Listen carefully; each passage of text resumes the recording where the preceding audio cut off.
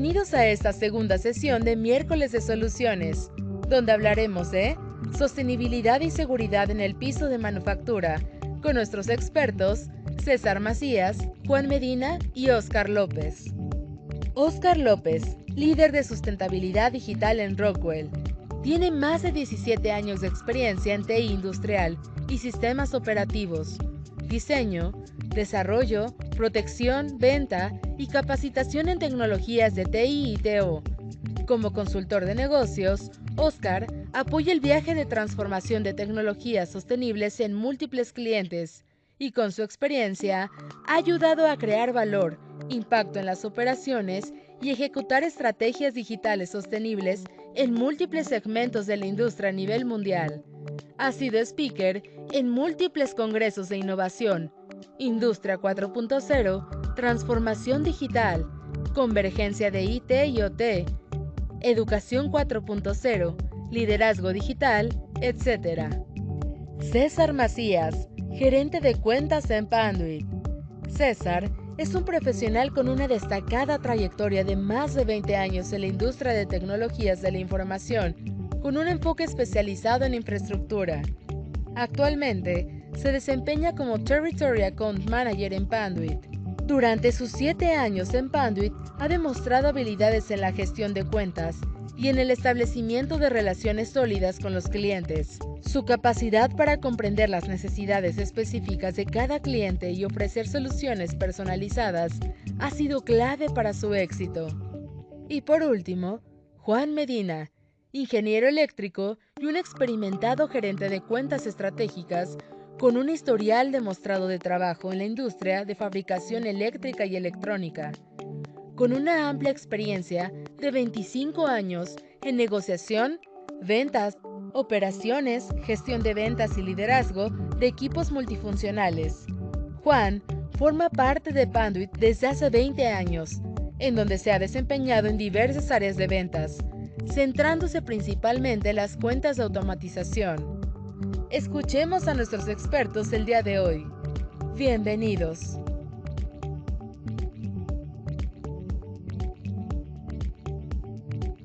Hola, muy buenos días a todos. Disculpen los problemas técnicos que tuvimos. Soy Mónica Lechuga, gerente de comunicación para Panduit Latinoamérica. Muchas gracias a todos por su participación en este miércoles de soluciones sobre sostenibilidad y seguridad en la planta. Hoy tenemos invitados de lujo para hablar acerca de las tendencias que están revolucionando el mundo en que nos encontramos en constante evolución. La adaptación es clave para el éxito. En la reciente emergencia sanitaria, hemos desafiado a las empresas, a las personas, a todo nuestro entorno, a repensar en nuestras operaciones y encontrar nuevas formas de seguir adelante. En este contexto, nos hemos dado cuenta de la importancia de contar con un papel entre que la planta debe ser más ágil, eficiente y resiliente sobre todo. La digitalización se ha convertido en un pilar fundamental en nuestra estrategia, permitiéndonos a todos superar obstáculos y mantener la continuidad operativa, que esto es sumamente importante. A medida que avanzamos en esta era digital, el compromiso es seguir explorando nuestras nuevas tecnologías, innovando y mejorando. Aquí en este contexto, Juan, Óscar, César, coméntenme cómo se ve el futuro de la transformación digital hoy en día. Adelante, Juan. Ok. Buenos días a todos. Juan, Buenos días a los compañeros. ¿No? ¿Sí me escuchan? Sí.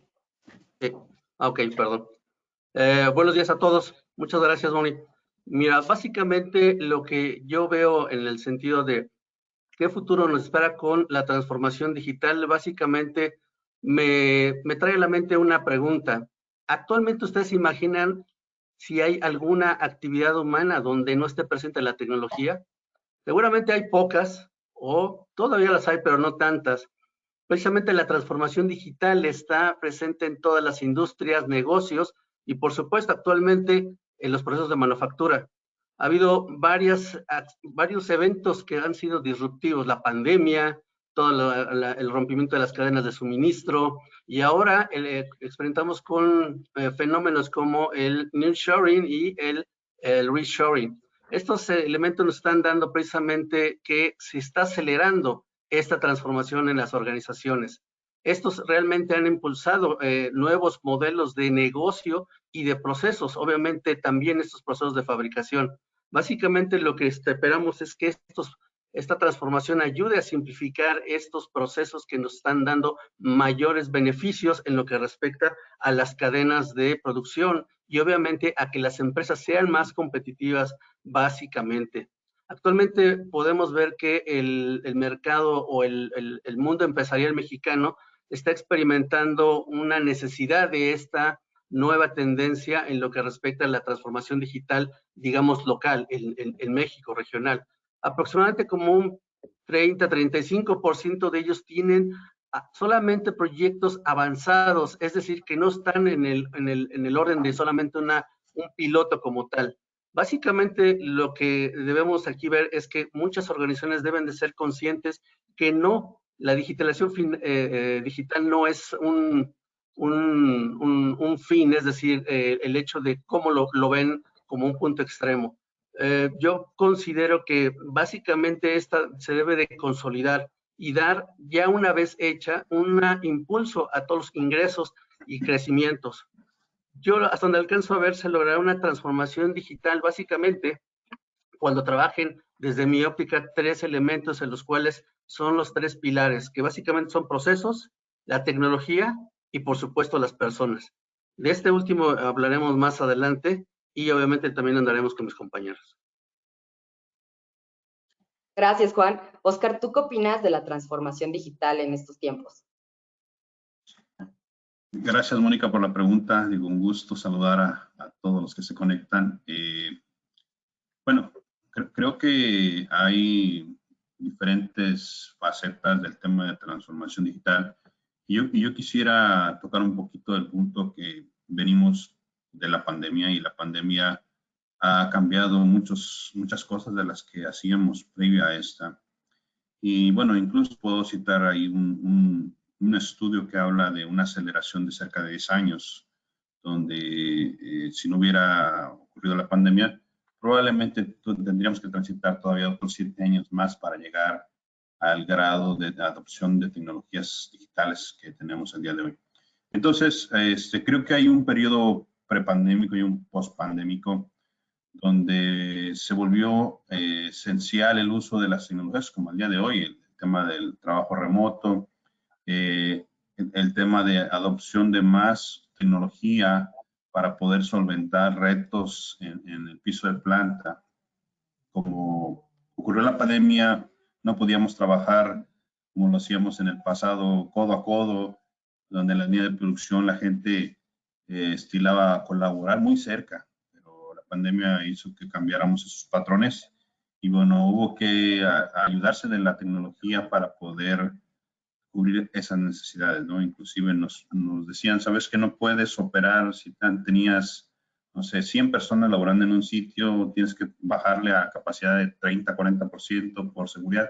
Entonces hubo que hacer cambios, hubo que ser más flexibles, hubo que ser más resilientes y por lo tanto, pues sí cambió, ¿no? Cambió todo esto que estamos viendo ahora. También observamos que hubo más integración de conectividad.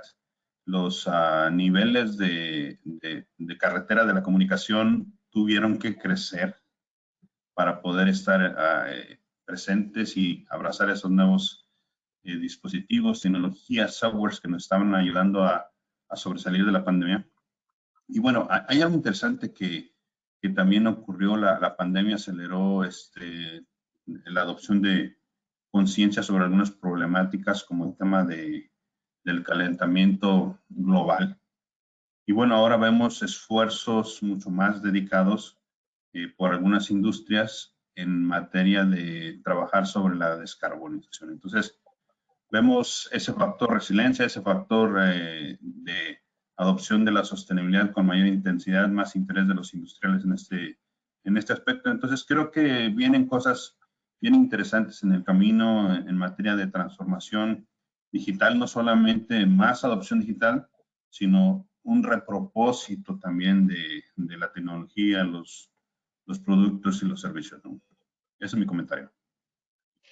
Gracias, Oscar. Me gusta esa parte donde hablamos de transformación digital antes de la pandemia y después de la pandemia, ¿no? Al final, como mencionas, 7 años nos adelantamos en tecnología, ¿no?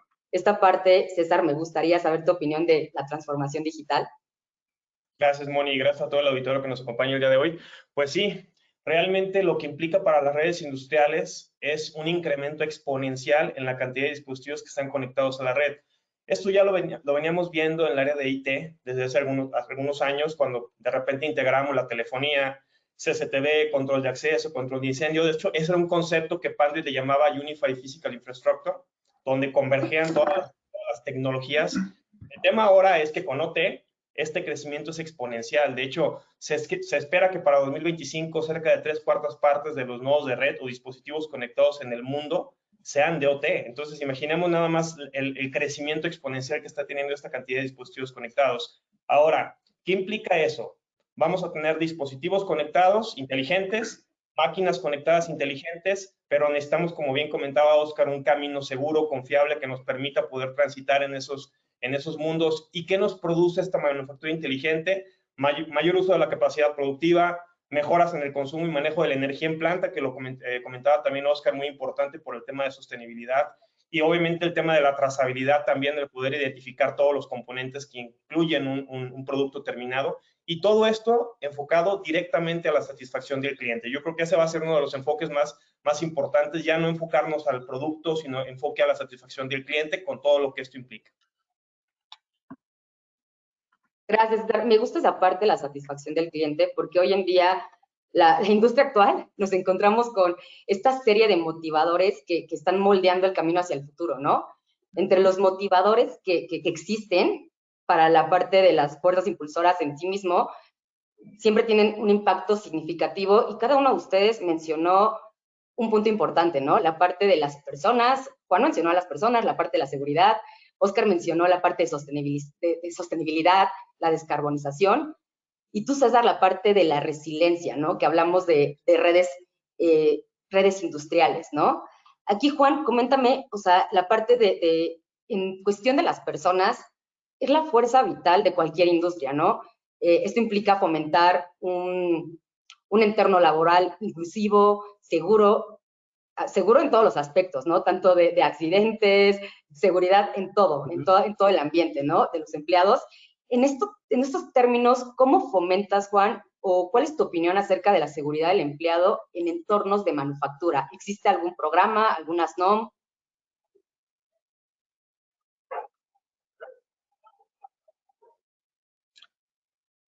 Así.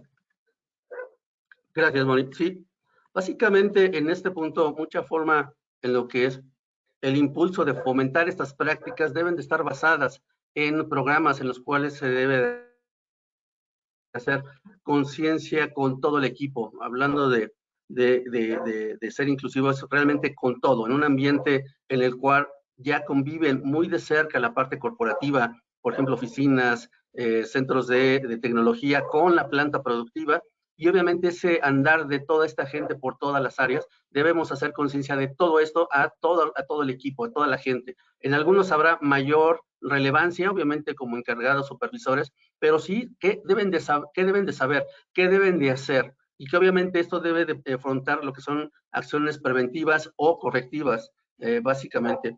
Actualmente existen varias buenas prácticas, por decirlo así, pero básicamente hay un esquema en el cual, hablando de las nuevas fenómenos que tenemos disruptivos, por ejemplo, en el nearshoring y el reshoring, básicamente hay un elemento en el cual estuvimos precisamente trabajando con la Asociación de Seguridad en Estados Unidos, me refiero a Pandit, y es un elemento llamado jerarquía de controles. Estos lo utilizan ya bastantes empresas en Estados Unidos, y es una buena práctica en la cual se basan y de alguna forma están contenidos muchos de los elementos que actualmente hacemos de una forma tal vez local o regional. La importancia de esta es que pone en una jerarquía de controles diferentes niveles. Básicamente son cómo estarán precisamente conjugándose ellos. Estamos hablando de toda la parte de equipo de control, equipo de protección personal, controles administrativos, controles de ingeniería, sustitución y hasta la eliminación de ellos. En cada uno de estos va subiendo el riesgo del peligro o de la seguridad que deben de tener esos ambientes en los cuales se va llevando. Por mencionar solamente algún ejemplo, en el nivel número 4 está lo que llamamos los controles administrativos, en los cuales básicamente es el enfoque de la seguridad, la señalización. Panel tiene, por ejemplo, métodos de seguridad, de loto, de blockout and tagout, señalización, rutas, etcétera. Y en otros niveles que son tal vez más abundantes, como los controles de ingeniería, tenemos, por ejemplo, métodos en los cuales son elementos que están trabajando para brindar la seguridad hacia las personas que están trabajando o interaccionando con los medios. Hablando del medio eléctrico, por ejemplo, el tablero, el switchboard, tenemos, por ejemplo, el VeriSafe, en el cual encaja perfectamente en este rubro. Entonces, estos tipos de niveles en los cuales están basados en ambientes y en normativas generales, es decir, al menos en Estados Unidos, y también se están de una forma o expandiéndose para una regulación global, es decir, en la cual están estableciendo la OSHA a través de la NFPA, ya que se pueden llevar mandatoriamente este tipo de elementos. Regionalmente tenemos muchos procesos que están llevándose a cabo dentro de la empresa y encajan muy bien en cada uno de los elementos que ya están más determinados, pero eso es en lo cual podemos fomentar y precisamente impulsar a todo el equipo, a toda la comunidad de la empresa a que adopte estos métodos de seguridad. Gracias, Juan. Hablando de la parte, bueno, de los procesos, los métodos de seguridad, la parte de la descarbonización es otro motivador clave de la industria moderna, con la creciente preocupación por el cambio climático y la sostenibilidad, ¿no? Cada vez más empresas están adoptando medidas para reducir su huella de carbono. En este sentido, Oscar, ¿cuáles son las medidas que adopta una empresa en descarbonización? Claro, creo que hay algo interesante atrás de todo esto. Hay organizaciones que tienen años trabajando con un proceso, un proyecto de trabajo donde intentan ser mucho más sostenibles a lo largo del tiempo. Y bueno, tú lo mencionabas, hay algunos otros motivadores que ayudan a que la industria tome ese impulso, ¿no? Hemos estado viendo recientemente que diferentes regiones a nivel global, los países, los estados, están presentando propuestas de leyes. Vamos, en pocas palabras, se plantean leyes como el tema de la economía circular en México, en Europa está la apuesta verde, en Estados Unidos también hay de esa naturaleza algunas apuestas, y vemos también que se están incorporando marcos de trabajos como el ESG, donde a través de una estructura ambiental, social y de gobierno, se pretende darle forma a todo esto, ¿no? Y parte de esos marcos de trabajos están desarrollando cosas como el impuesto al tonelaje de CO2. Entonces, cada tonelada de CO2 métrica que se emite por parte de una organización en sus tres diferentes formas de medirlos, existe ese motivador financiero para poder estar adoptando más prácticas de sostenibilidad. Adicionalmente, vemos, como se mencionaba al inicio, cuando la transformación digital empezó a sonar dentro del mundo de los negocios, se hablaba o ponía ejemplos de empresas que no transformaron su forma de trabajo y desaparecieron con el tiempo, ¿no? Entonces, ahora muchos de los mensajes vienen alrededor de esto, donde la industria necesita no solamente ser rentable, sino también necesita abordar una economía de capitalismo de grupos de interés, donde se vuelven más responsables de manera sostenible, y eso también apunta a que a nivel financiero pueden estar dentro de las 500 empresas más sostenibles del mundo. Las calificadoras como Standard & Poor's definen una calificación de qué tan sostenible es.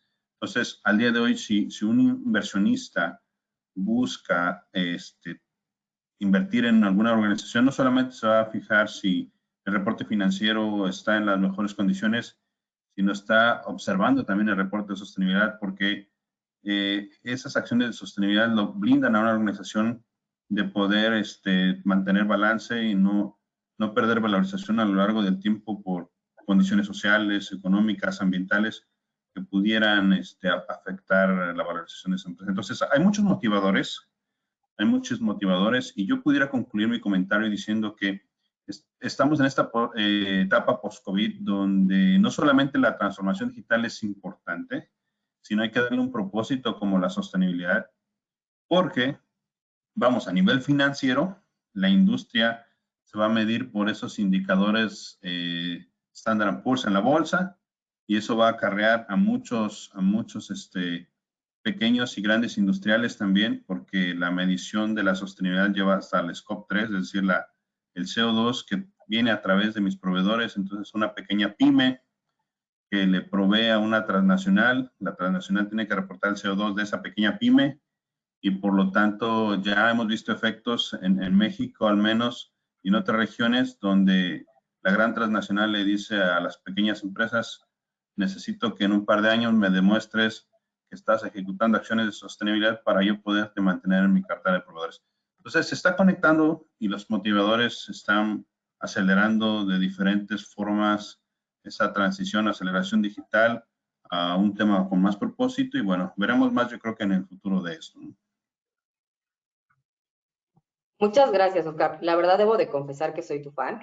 Me gustan muchísimo las métricas y las fuentes que mencionas, porque al final hablamos de algo que es tangible, ¿no? O sea, hablamos de algo que a veces cuando hablamos de tecnología o la parte de digitalización, ya son otros términos, y llevarlos con la parte de las métricas, eso es bien importante para poder tener tu propio criterio, ¿no? Y hablando de esta parte de regularizaciones, me imagino que la capacidad de adaptarse rápidamente a los cambios, superar los desafíos y recuperarse de las adversidades es esencial, ¿no? Y la resiliencia es un factor fundamental en un mundo cada vez más conectado, más volátil, más complejo. César, ¿cómo consideras la adopción en tecnología respecto a la parte de nuevas regulaciones y la parte de las nuevas normativas, ¿no? Resiliencia, sobre todo, sí.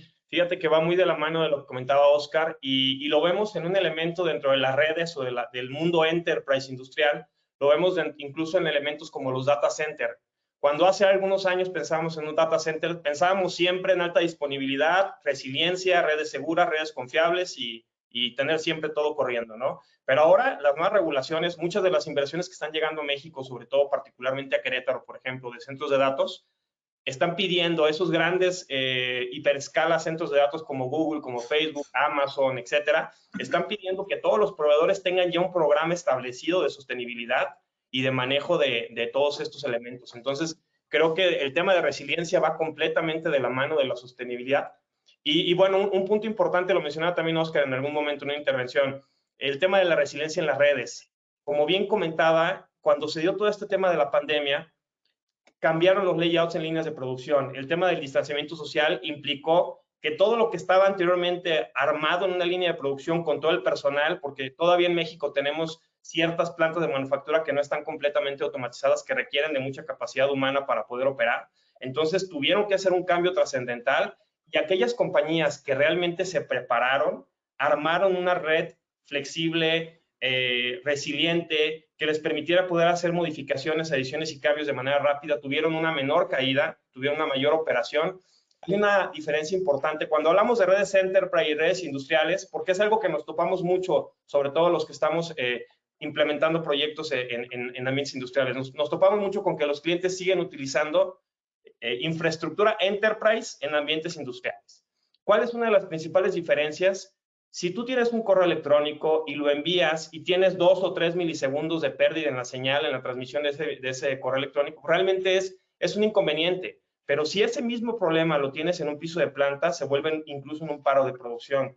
Hay conceptos, por ejemplo, como el Edge Computing, que lo que te busca es llevar el cómputo lo más cerca del dispositivo que necesita ese cómputo. Ese tipo de elementos son los que ayudan precisamente a poder tener una red más resiliente, una red más confiable y aumentar la productividad de estos pisos de planta. Entonces, creo que el tema de la resiliencia es un tema que cada vez lo vamos a ver más común, y con todos los elementos que estamos integrando a estas redes industriales, vamos a tener que estar midiendo mucho más esta alta disponibilidad. Gracias, César. Aquí la parte de la resiliencia es bien importante y mencionabas el tema de las redes industriales, la conectividad, la cadena de suministro, que es muy, muy importante.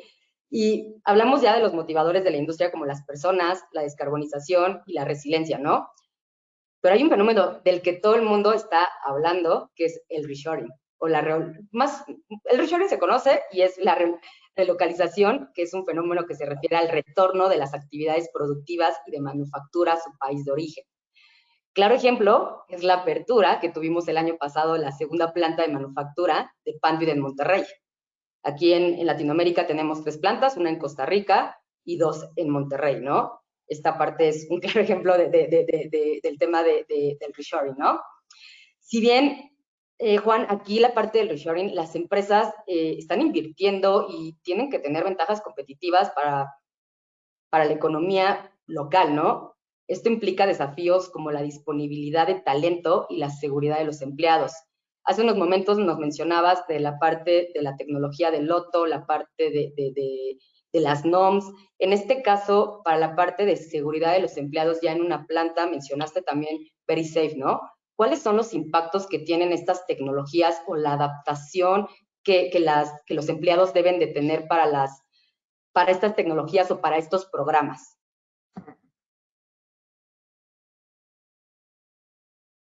En este punto es algo muy interesante porque obviamente lo más importante, como recalco, son las personas.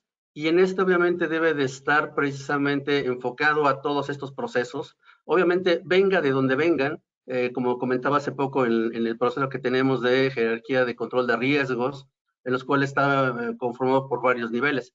Sin embargo, hay que tener claro también que hablando en México, obviamente debemos de cumplir con ciertos programas que deben de estar enfocados y acoplados precisamente a todo el entorno laboral.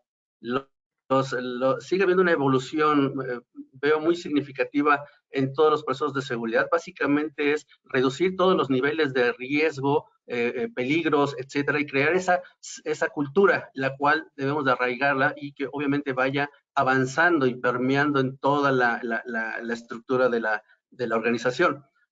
Concretamente, por ejemplo, independientemente de elementos o de organismos globales o en Estados Unidos como la OSHA, la NFPA, vemos que eso está bien, pero debemos también aterrizarnos y cumplir con los aspectos locales, en los cuales, por ejemplo, la Secretaría del Trabajo y Previsión Social es la parte rectora por parte del gobierno, la cual está encargada de rubros como seguridad, salud del trabajo y política laboral. Ahí es donde debemos precisamente enfocar y aplicar los elementos de los cuales estuve hablando. Básicamente por 2 grandes puntos. Uno, darle continuidad al proceso económico de la organización y obviamente evitar o poder evitar caer en este tipo de riesgos financieros en los cuales básicamente se dé el cierre de una planta manufacturera por un incumplimiento a todo lo que es las legislaciones locales. Hay varios aspectos, en ese aspecto me preguntaba sobre qué normas o qué reglamentos, normas, etcétera. Son varias y de ahí la complejidad de este rubro, pero hay aspectos que deben de cumplirse con la legislación del trabajo y que deben de estar cumpliendo los puntos del Reglamento Federal de Seguridad de Salud. Hay 37 normas oficiales que también están involucradas. La Ley General de Protección Civil, la Gestión Integral de Riesgos de Protección Civil y aparte como otras 9 normas técnicas que tienen referencia a este segmento de seguridad y ambientes laborales. Como ven, es complejo y que obviamente aunado y apoyado en la mayor cantidad de elementos podremos darle mejor fluencia a ello. César comentaba algo sobre los tiempos en los cuales podemos caer si no tenemos algún tipo de elemento, tanto en la infraestructura, en la confiabilidad de las redes o de los procesos. Y esto viene precisamente también aunado. Cualquier riesgo, evento que pueda darse de un circuito, que se caiga alguien, etcétera, obviamente esto afecta al aspecto financiero y también darle continuidad. el tiempo de una hora o de lo que vale una hora de una organización es muy variado, pero un cálculo muy significativo y muy general que podemos ver es ver cuánto es el revenue de esa organización en un año, dividirla entre 365 días y dividir eso entre 8 para tener una idea aproximadamente de lo que nos cuesta una hora que esté fuera de trabajo ese proceso de producción, ese proceso de manufactura. Entonces, realmente son retos muy desafiantes. Recuerdo haber escuchado en una publicación que uno de los principales retos en este año de las organizaciones es cumplir con ciertas certificaciones gubernamentales. Hay uno que me llamó la atención que se llama el Entorno Laboral Seguro y Saludable, de las siglas ELSA. Esto es obviamente lo que está haciendo, entre muchos de los otros factores, creo que podemos ver algo que es en la parte financiera, y es básicamente una disminución de la prima del riesgo.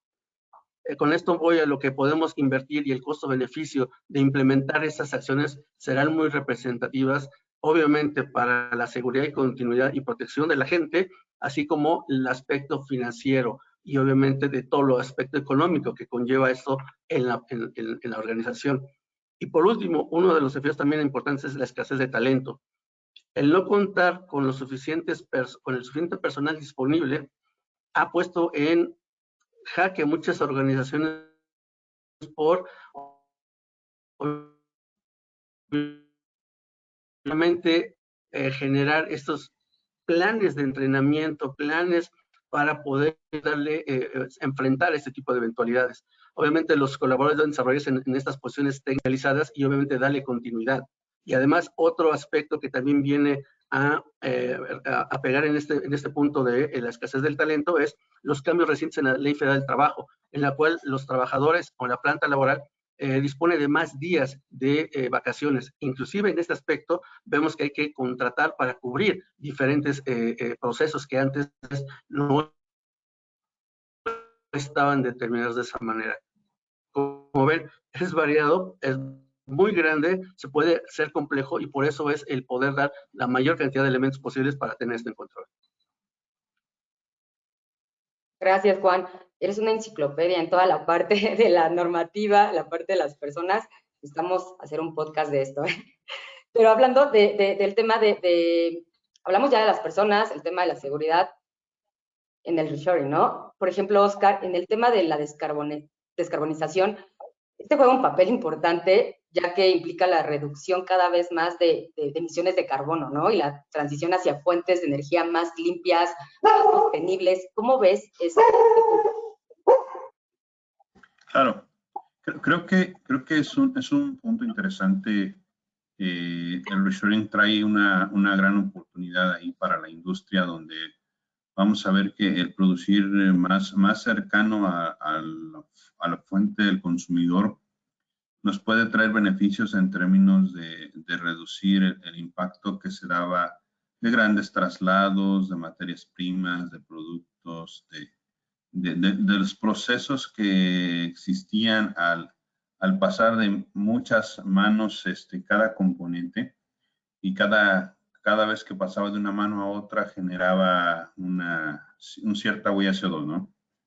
Entonces, definitivamente este reshoring es una gran oportunidad para la industria en la región de América, donde podemos ver que el reshoring no solamente va a buscar producir más cercano, sino que las inversiones de las operaciones que están llegando, estamos viendo que están llegando con nuevas tecnologías. Entonces, aparecen plantas greenfields donde, vamos, llegan con lo más nuevo de lo más nuevo, y eso permite alcanzar niveles más altos de eficiencia. Probar nuevas tecnologías también nos permite explorar nuevos mecanismos de cómo producir. Y bueno, vamos a ver que dentro del mundo de las operaciones, tradicionalmente se han venido rigiendo por prácticas esbeltas, prácticas lean, donde el objetivo principal era un indicador de reducción de desperdicio. Ahora con este nuevo contexto de lo que estamos viviendo, empiezan a adicionarle otro panorama donde se suma a este concepto la manufactura verde. Entonces vamos a ver una mezcla entre filosofías lean junto con manufactura verde, y este KPI de manufactura verde tiene el concepto de reducción de CO2. Entonces, los ingenieros industriales están replanteando cómo hacían ese diseño, le llamaban el streaming, donde definían su estrategia. Y bueno, ahora estas plantas nuevas están surgiendo bajo ese nuevo concepto. No solamente que sean plantas que alcancen niveles de manufactura flexible, pasando a la reconfigurable, llegando a ser manufacturas sostenibles. Entonces, bueno, es una oportunidad interesante, nuevas tecnologías, buscan que la planta sea más resiliente, eso definitivamente es importante, que la tecnología colabore con las personas, y bueno, mucho de eso definitivamente va a ayudar a reducir de forma considerable el impacto de las operaciones tradicionales o de las operaciones que nacieron hace 5 o 10 años respecto a las que estamos viendo con el reshoring. Entonces, es una gran oportunidad para la región y también para ser más sostenibles en nuestras operaciones. Gracias, Oscar. Me gusta el término de manufactura verde. Bajo estos conceptos, César, ¿cómo ves la parte o cómo se relacionan la parte de las redes industriales sobre el tema del reshoring?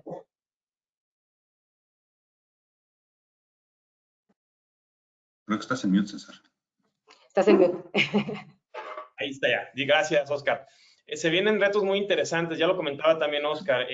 El escenario ideal para cualquier persona de los que estamos en el proceso de diseño de un nuevo proyecto, pues es tener una planta nueva, ¿no? Donde podemos armar, tenemos greenfield, podemos armar, podemos diseñar, podemos utilizar arquitecturas de referencia.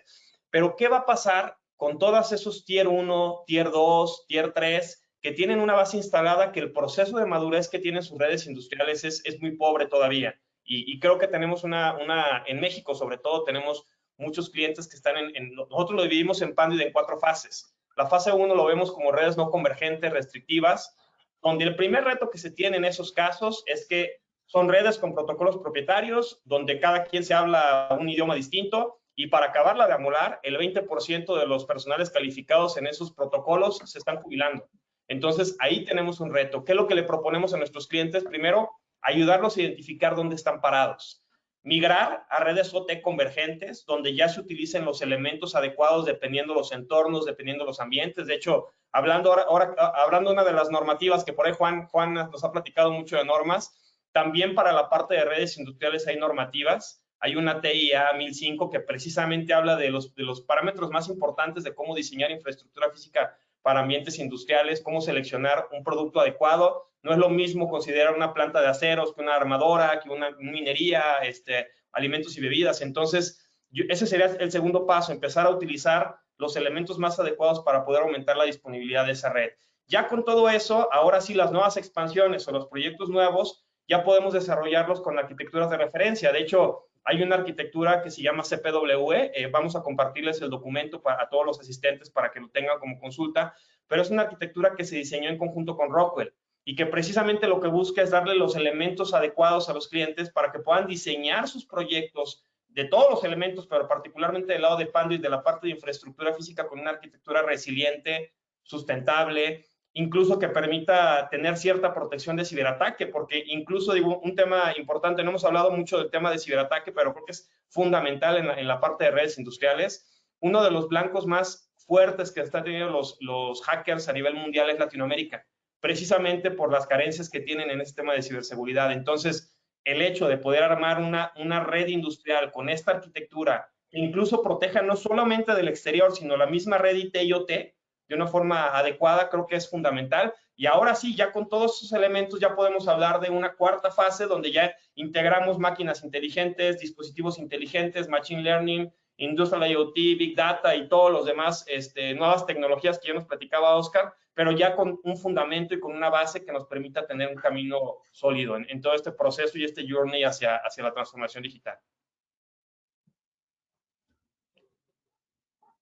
Muchas gracias, César. Hablamos de muchos términos en cuestión de la parte de resiliencia, el tema de sostenibilidad, la parte de personas, seguridad. Considero que la industria presenta un panorama emocionante y lleno de oportunidad con ese tema de nuevas tecnologías, la adaptación de nuevas tecnologías, ¿no?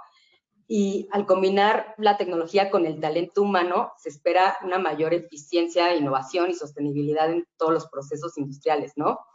Agradecemos a todos los que nos acompañaron, que seguramente tienen muchos proyectos aquí, y los invito a que nos puedan contactar. Antes del cierre, me gustaría que cada uno nos pudiera dar sus conclusiones, y sobre todo mencionarles que en la Ciudad de México tenemos el MATSE, que es un Experience Center en donde ustedes pueden ver de viva y voz cómo estos procesos de manufactura los podemos poner en acción, ¿no? Toda la parte de planta, la parte de manufactura, los productos de Rockwell, los productos de Panduit. Los invito a que nos puedan contactar para agendar una visita en el MATSE. Literal, la verdad es que hemos hecho ahí algunos eventos presenciales y ahí puedes ver toda esta parte que estamos platicando. Me encanta porque yo ya fui al MATSE y yo ya lo vi en acción, ¿no? Entonces, aquí agenden sus visitas. Seguramente Juan, César, Oscar, podemos tener aquí una reunión bastante bien, ponerlos en acción, más bien, ¿no? Entonces, bueno, pues primero agradecerles a todos por su asistencia y me gustaría tener una conclusión de cada uno de ustedes sobre la parte de la transformación digital que ha ido avanzando después de la pandemia. Hablamos de Industria 4.0 y ahora con estos conceptos que es la parte de persona, resiliencia, el tema de sostenibilidad, es hacia donde vamos, que es Industria 5.0, ¿no? Cada uno, ayúdenme con una de sus conclusiones.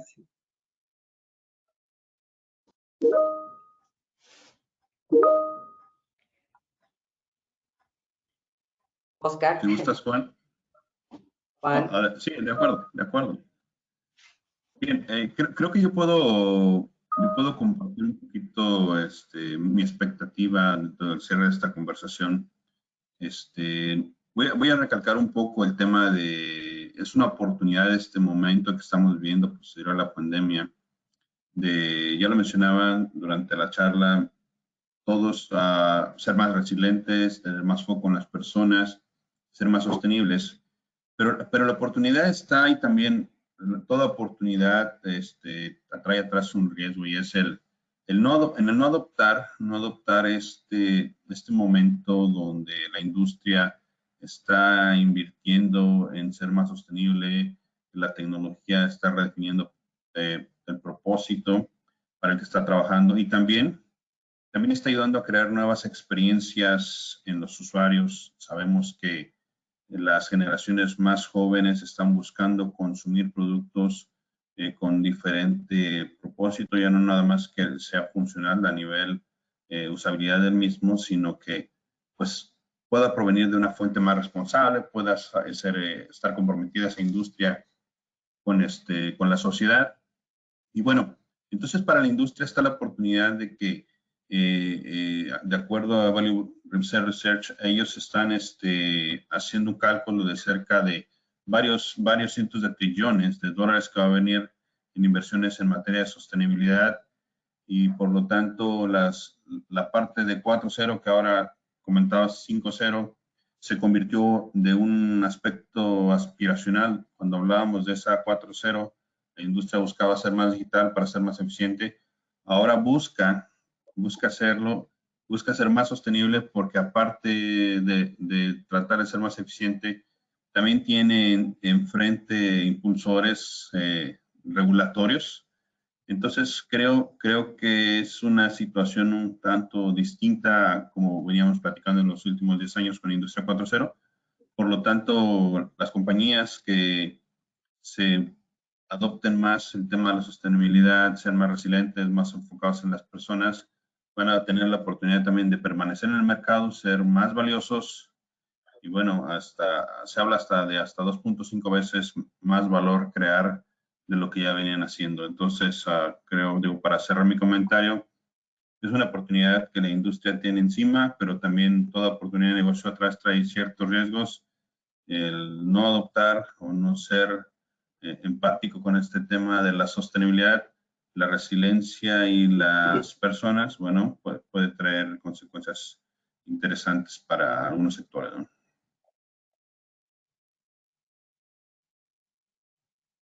Claro, la parte de la adopción a nuevas tecnologías, que lo hemos hablado bastante. César, ¿alguna conclusión? Sí, pues mira, yo creo que uno de los puntos importantes también acá es que no existe un solo fabricante que pueda ofrecer una solución completa para todos los retos que se vienen hoy en día. Entonces, el hecho de las alianzas que hoy en día tenemos en conjunto con Rockwell nos permite poder ir al mercado con una propuesta integral y resolver las problemáticas de los clientes. Hablando del tema de infraestructura física, poner sobre la mesa, cuando hablamos de un problema integral, de un proyecto, perdón, integral, normalmente de ese proyecto solamente el 7% representa la parte de infraestructura física. La capa física normalmente identifica el 70% de los problemas de una red. Y cuando tú planeas un proyecto de infraestructura física, estás pensando en renovarlo en los próximos 20 años. Entonces, yo creo que entendiendo todos esos elementos, la invitación hacia nuestros clientes, hacia nuestros partners, sería que se acerquen a nosotros, que se acerquen a poder apoyarles para poder hacer un proyecto que tenga una visión sustentable, con alta disponibilidad, resiliente y que les permita poder estar preparados para todo eso que ya hemos platicado durante la sesión mucho, de todas las inversiones que van a llegar a México y a Latinoamérica. Entonces, creo que esa será mi conclusión. Que estamos con toda la disposición y con todos los elementos, incluso el laboratorio de manufactura que está en Ciudad de México es un lugar excepcional. Ahí pueden ver corriendo toda una solución de automatización con un esquema de industria 5.0 ahora con lo que ya nos platica Oscar. Entonces, esa sería la invitación y mi conclusión, Moni. Muchas gracias, César. Juan.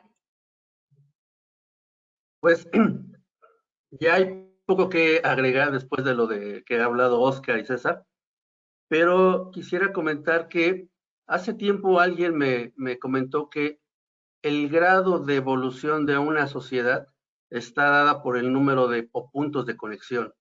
Actualmente, como podemos ver, los puntos de conectividad o los nodos o puntos simplemente de conexión se han incrementado exponencialmente. Ya no hablemos tal vez tanto como una industria, una empresa, veamos simplemente en los autos actualmente.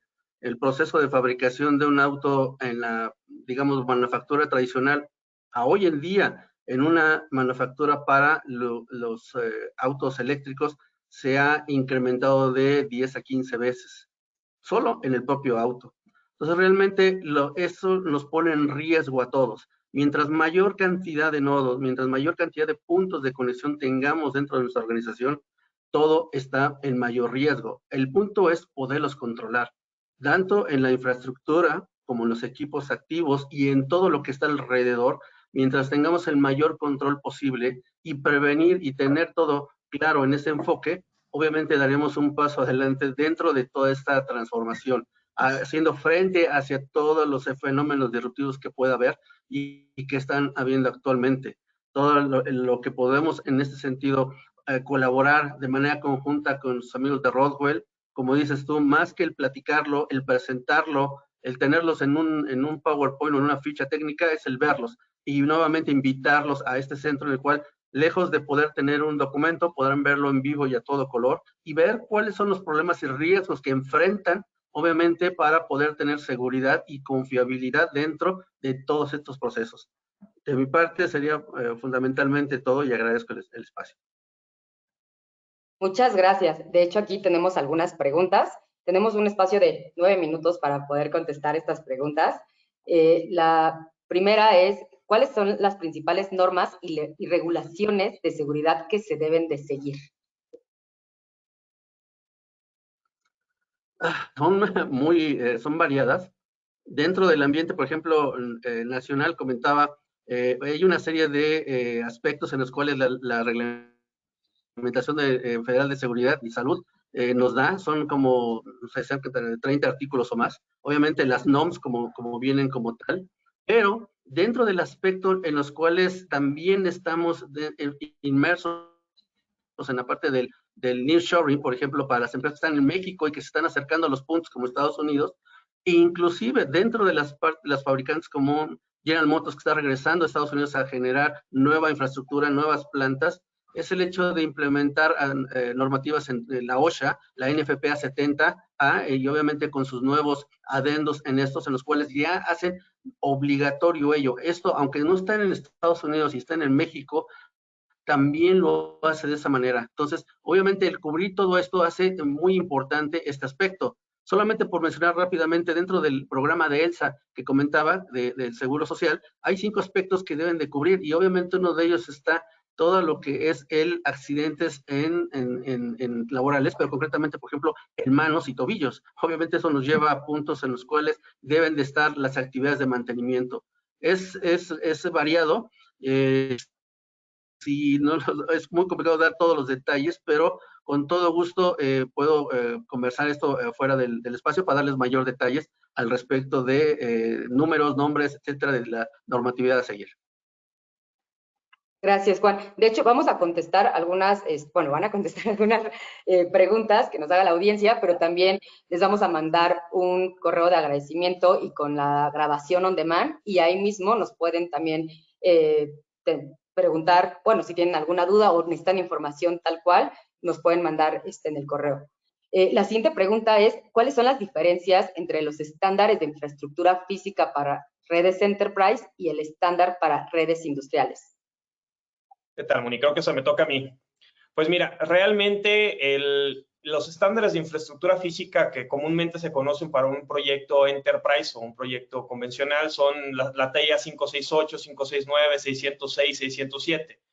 Conforme fue evolucionando la integración o la convergencia de más dispositivos y también conforme se fue diversificando los ambientes donde se van implementando los puertos de red o las redes en general, pues se fueron desarrollando estándares ya por aplicación. Entonces, por ejemplo, hay un estándar específicamente para data center, el 942, y hay uno particularmente para el área de industria, que es el 1005.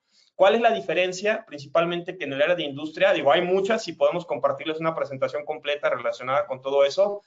En la industria tenemos que analizar los ambientes a diferencia del entorno Enterprise. En la industria tenemos que hacer un diseño en base a zonificación, a diferencia de un diseño Enterprise donde típicamente lo más importante es dónde está el IDF y la distancia máxima a cubrir en base al máximo que permite el estándar. Entonces, va muy de la mano de grados de severidad, va muy de la mano de ambientes en los cuales va a ser implementado y va muy de la mano de zonificación de esos ambientes.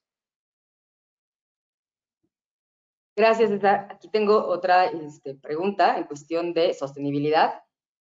De hecho, tengo 3, 4 preguntas, que es, aparte de industria, tal cual, ¿cómo influye la industria 4.0 en la sostenibilidad y la diferencia de la industria 5.0 en la sostenibilidad? Claro, creo que vale la pena mencionar que este tema de 4.0, pues tiene más de 10 años que se viene hablando. Y tenía un motivador bastante interesante, yo le llamo una tendencia bastante aspiracional. Buscaba a través de personas, procesos y tecnología transformar los ambientes de trabajo. Veíamos la industria que no estaba conectada, veíamos las manufacturas que no tenían su hermano del ERP, que se le conoce como el sistema de ejecución de manufactura. Entonces, todas esas tecnologías fueron llegando a la industria con la finalidad de hacer más eficientes los procesos. Se presentan nuevas situaciones, viene la pandemia, la guerra y otros factores.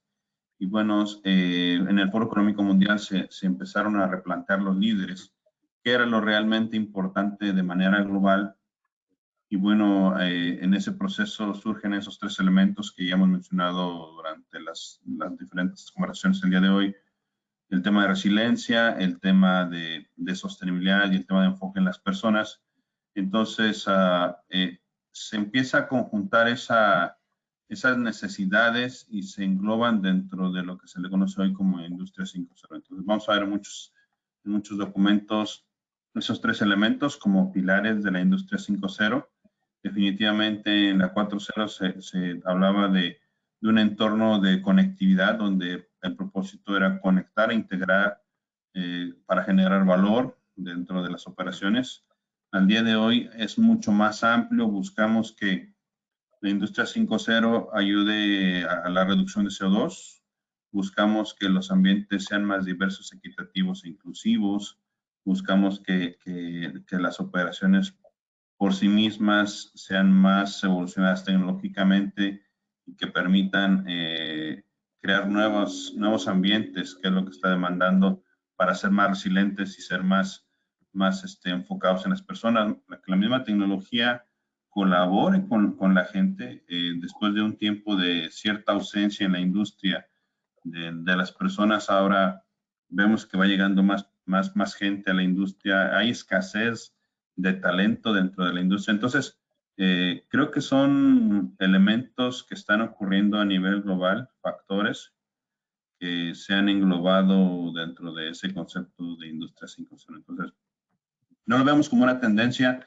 5.0, recordemos que trae detrás varios aspectos regulatorios. Entonces, creo que lejos de la versión 4.0, donde hablábamos de aspiración, ahora 5.0 hablamos más con temas regulatorios y eso mueve a la industria de forma diferente.